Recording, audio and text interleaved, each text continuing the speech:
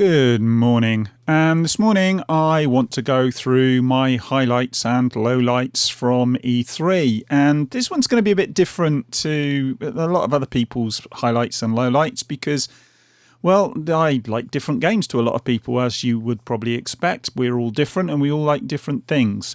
And just before I get started, I was going to sit down yesterday with Count from GameCast and talk about this because I thought it'd be nice to get his opinion because, again, he's got a very different outlook on games than me, and some of the games he likes I'm not so keen on, so it would have given a more of a balance. But unfortunately, we both had technical difficulties yesterday and we haven't been able to hash out a time when we can sit down. So hopefully, stay tuned and we might be able to get together and have a talk about this and provide a kind of more balanced outlook.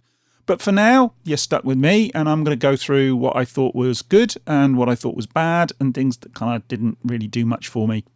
So first off, let's talk about the pros, the highlights. And the first one that comes to mind is Game Pass Ultimate. And I know everybody is not going to agree with me on that one, but I think $10.99 a month UK pounds for Game Pass PC and Game Pass Xbox plus Xbox Live is a bloody good deal. And you should also look out for, I'm going to do a video talking about how you can get it cheaper as well and how I managed to get it for a pretty decent price.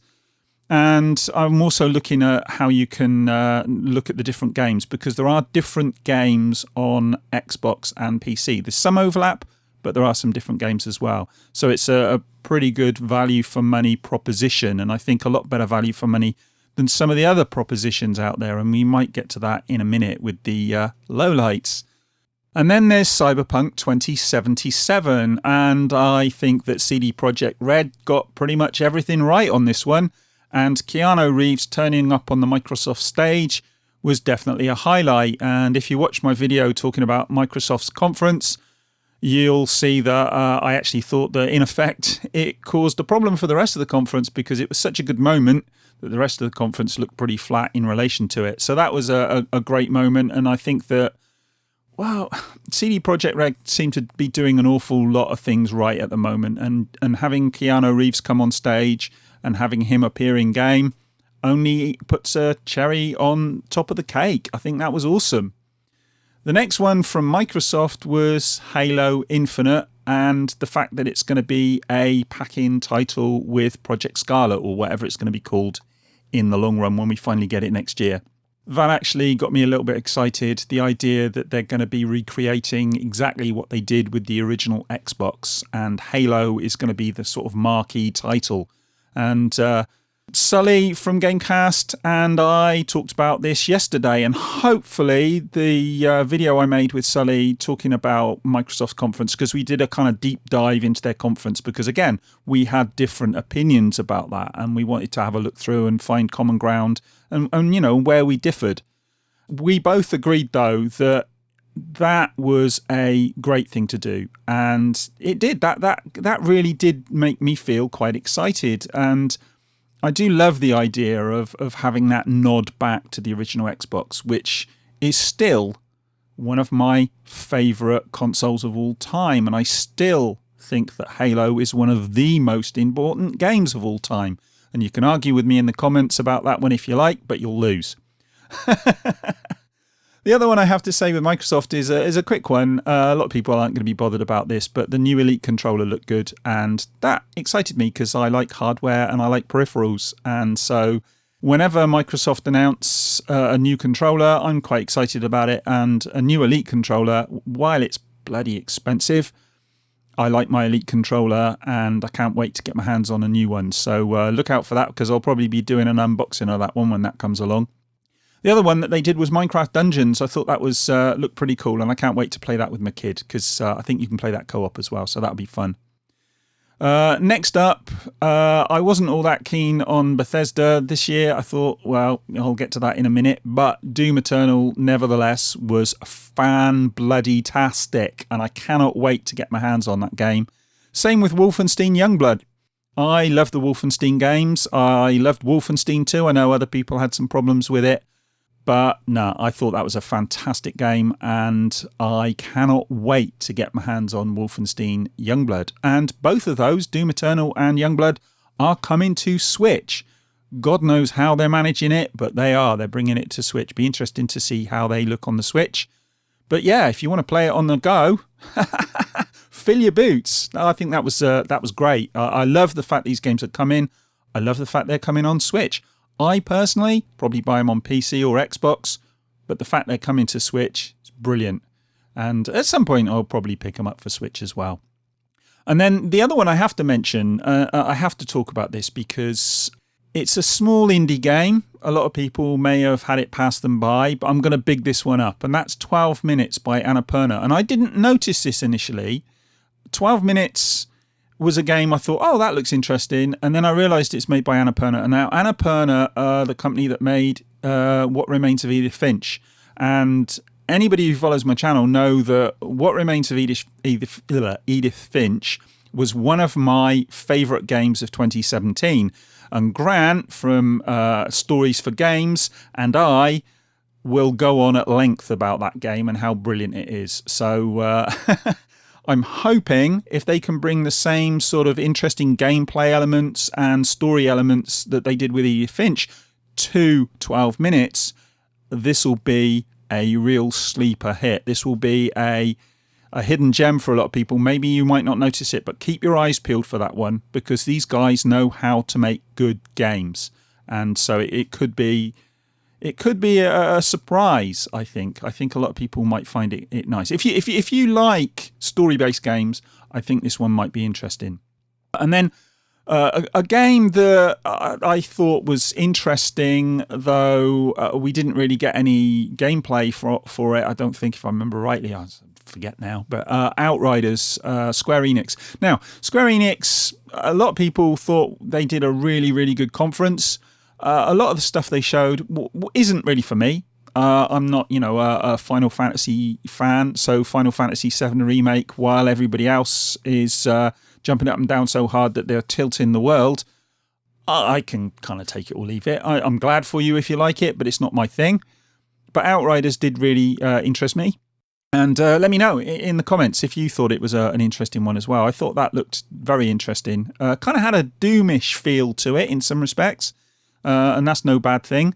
And as I say, it's by People Can Fly. So they did Bulletstorm. So they know how to make shooters. So that could be okay. And I'm a big shooter fan. And these days, because I can't play online at shooters because I'm bloody hopeless because my reactions are gone, shooters against NPCs are really where I'm at these days. So yeah, that one looks like it might be fun.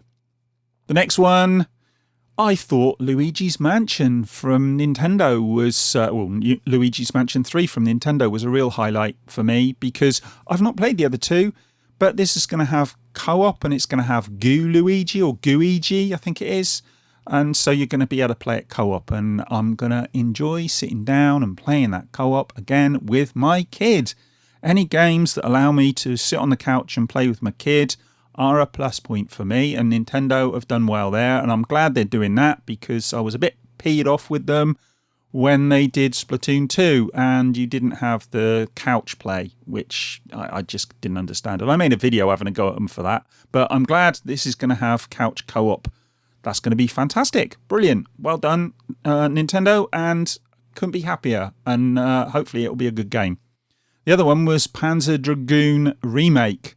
A friend of mine is a massive, massive fan of Panzer Dragoon Auto, and I've got it behind me, and I've only played it for short amounts of time, but I'm looking forward to that one. I'd love to get into that remake. Never played the first one, and I can't wait. And given, that I'm kind of looking more at retro gaming in some respects these days, having a remake of a game I never played that looks like a phenomenal game is definitely a plus. And Nintendo were kind of doing well on their conference. There's some things I'm going to say in a minute about them that I didn't think were as positive.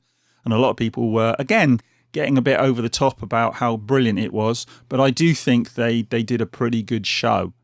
And adding to that, Animal Crossing being delayed, I don't think is a negative. That's a real positive for me.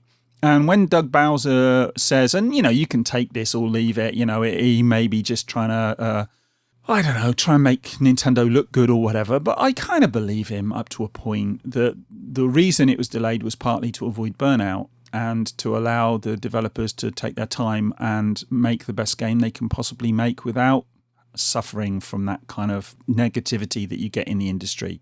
So Animal Crossing being delayed is a good thing. And anyone who says otherwise, well, do you want your developers to burn out? Is that what you want to happen? Do you want them to get to the point where they can't make good games anymore because they've just lost it completely because they've been overworked? Ask yourself that. Would you rather wait for a good game, or would you rather have an half-assed game that was shoved out the door as quickly as possible? Your choice, but I think it being delayed was a good thing. I'm not a huge Animal Crossing fan, but I cannot praise Nintendo enough for doing this. I think it's great, and okay, their share price might have suffered as a result, but it'll bounce back. And the shareholders need to pay attention. Again, do they want their workers to suffer, or do they want them to be happy? In which case, they'll make better games. And it'll be beneficial to the company in the long run. Anyway, I've gone on about that one long enough. I think that's a real positive. And I even thought the Super Smash Brothers add-ons that Nintendo were bringing out looked really good. I'm not a great one for that kind of thing being in conferences and whatnot, but if you're going to do it like Nintendo. I thought they did that pretty well. And those were really all my highlights. I don't think there was a huge amount of highlights this year. I thought it was pretty dull most of the time. And even, as I say, Square Enix, a lot of people were going on about how good it was, but there was a lot of whooping and hollering that went on during that conference, which put me off somewhat. And if you're going to talk about whooping and hollering, there was another conference that did that to such a degree that I wanted to kill people. And not really, I'm joking. It's not. I don't really want to kill people. I'm not really a violent person, so don't block this video, YouTube. But yeah, let's get on to the lowlights. What were the things I didn't like? Well, surprise, surprise. Are you ready for this one? The whole EA showing. I thought it was a complete shit show, and I didn't really understand why they were there.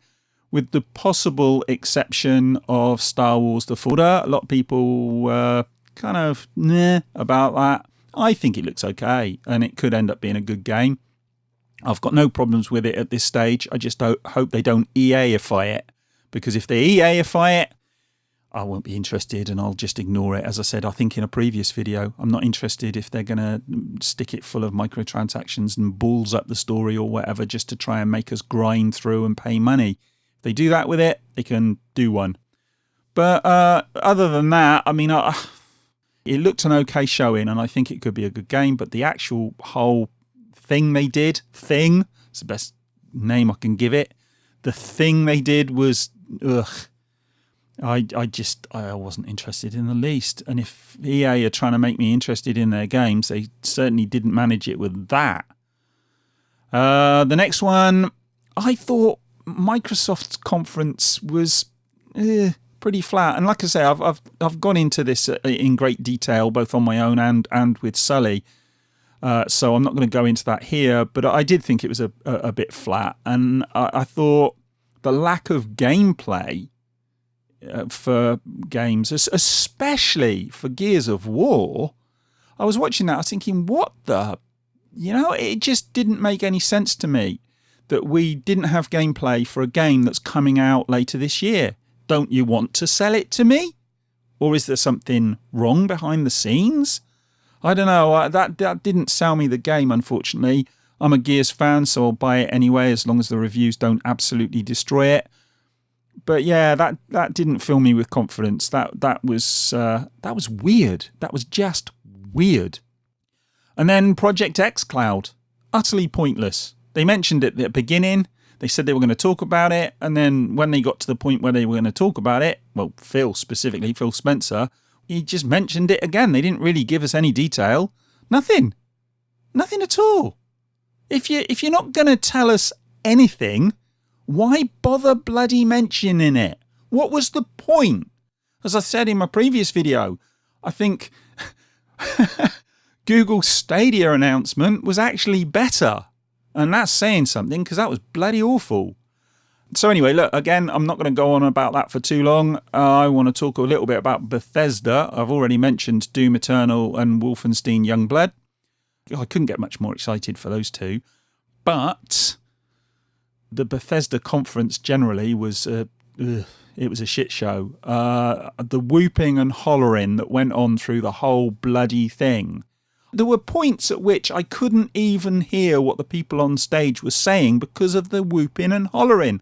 I swear, Todd Howard could have said, right, and now I've got a surprise for you. And they'd have been whooping and hollering so much that they wouldn't have noticed that the surprise was him dropping his trousers and having a crap on the stage.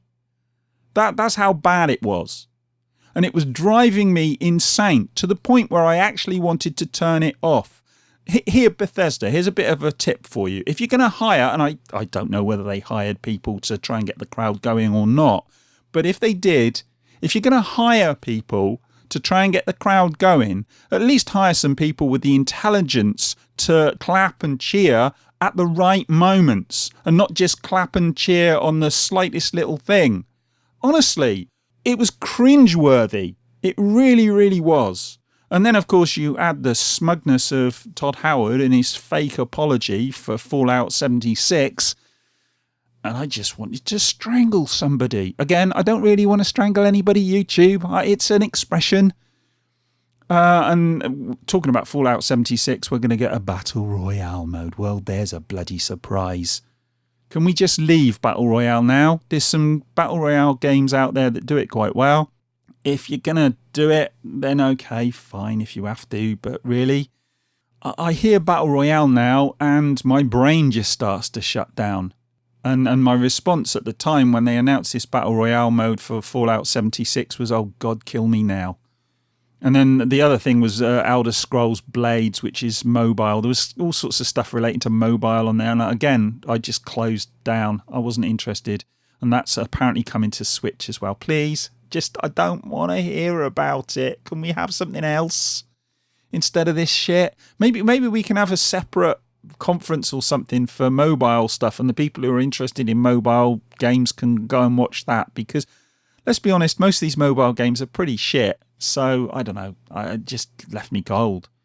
And then they were talking about Orion streaming tech, which I don't know whether it's a pro or a con at this stage, but it does make me wonder about all these different services we're getting. And I don't know whether Bethesda are going to be providing their own streaming service or whether they're just having the streaming tech that other developers can use. I suspect that's what they're talking about, that you can use this tech to improve the way games are made for streaming, in which case, okay, cool, that's fine.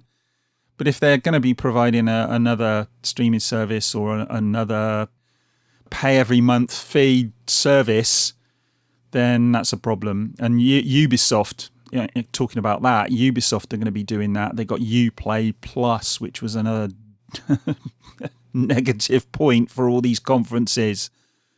And that's going to be, you can actually pay for that on PC, or you can pay for that within Google Stadia. So you're going to be buying Google Stadia, which is $10 a month, and then you're going to be buying Uplay Plus on top of that, which is $14 a month. You're talking $24 a month if you're going to be going with Stadia and Uplay Plus. Is that really value for money, Ubisoft? Really? Is it? I think not. When you compare it to even Sony's offering, it doesn't really, it doesn't match up. And comparing it to, if you look at Game Pass Plus, well, I'm sorry, but you're pricing yourself out of the market there, guys. I'm sorry. You really are. That is awful. And, this brings up another point. Phil Spencer talks about breaking down barriers to entry. If you look at his Giant Bomb interview from E3 this year, he talks about that. And he's always talking about that. But when all these companies, you've got Uplay Plus, you've got EA Origin Access, you've got all these different ones, you've got Google Stadia, you've got Sony's PlayStation Now, you've got Microsoft's Xbox Game Pass and Game Pass Plus, and all these different services. That's not breaking down barriers, is it? If every different developer puts out their own service and the only way you can get their games is to pay for their service, we're all going to be bloody broke, and it's going to end up being more expensive than going and buy the games that you want to actually play. So, I don't know. I think that the idea of breaking down barriers and having a service that you can dip in and out of games is a great idea. But when you get lots and lots of companies, and okay, I think we need some competition, But when there's too many companies in the market, it's just going to water down the experience. You know, we already pay for Netflix and Amazon Prime and I've got Sky at home and Spotify. How many of these services can we actually pay for? And I certainly don't think Uplay Plus, or try and say that quickly, is value for money. I'm sorry, but that looked bloody awful. And Ubisoft's conference in general just left me cold, I have to say. I can't really remember much of it. Honestly, I can't. And then talking about services, we had Square Enix Music, which again, I was like, what the... Why, just put it on Spotify for crying out loud, or whatever other music platforms that are already out there. Why do you have to have your own music platform? It's not like you're going to be having Led Zeppelin on there, is it? It's just going to be your own music. Why would any... I don't know how that's going to work, but that looked like shit to me. I'm sorry, Square. But this, Square Enix Music, that I think that did look crap, frankly. And then going back to Nintendo, and I thought they did a lot of good things this year. I thought it was really slick and fast and a lot of games and so on and so forth. But we got no information about new hardware, which I thought was a real disappointment for me personally. And okay, we were kind of told that they weren't going to present any at this Nintendo Direct, which is fine. But I would like to hear something about it. And maybe we will be getting something soon, because Wall Street Journal are saying that they're still on course to produce 2 more consoles, a Pro and a Mini or something like that. We all kind of know that they're probably in the works, that we're going to get a Mini and a Pro version of the Switch. Nothing about that at this, which, as I say, even though I knew that was the case, most likely, because Nintendo do kind of sometimes pull the wool over our eyes, it was still a bit of a disappointment, and I would have liked to have seen more about that. Service-wise, again, really, Nintendo, really, we needed to hear something about an improvement to your service, because Nintendo Switch Online is awful. It's diabolical. It doesn't offer value for money, and you need to sort it out. So I would have liked to have heard something about that during your conference. I really don't know what the hell they're doing there. So many good things they're doing well, but yeah, that was crazy. And nothing on Metroid. Again, okay, we kind of understand that because it's a long way out, but would have been nice to see something. And then the last one, which was a real disappointment, we all knew, again, on this one, we knew this was the case, but Sony not being there really was disappointing. And that kind of Xbox, PlayStation, who's going to win, who's going to be best, can be a bit of fun. And I kind of enjoy that. I enjoy watching Xbox and then waiting to see what PlayStation are going to do. And some years, PlayStation knock it out of the park. Sometimes they don't. But it is nice to have them there. And even Phil Spencer, I know he can be a bit disingenuous at times, but he said he prefers it when other people are there.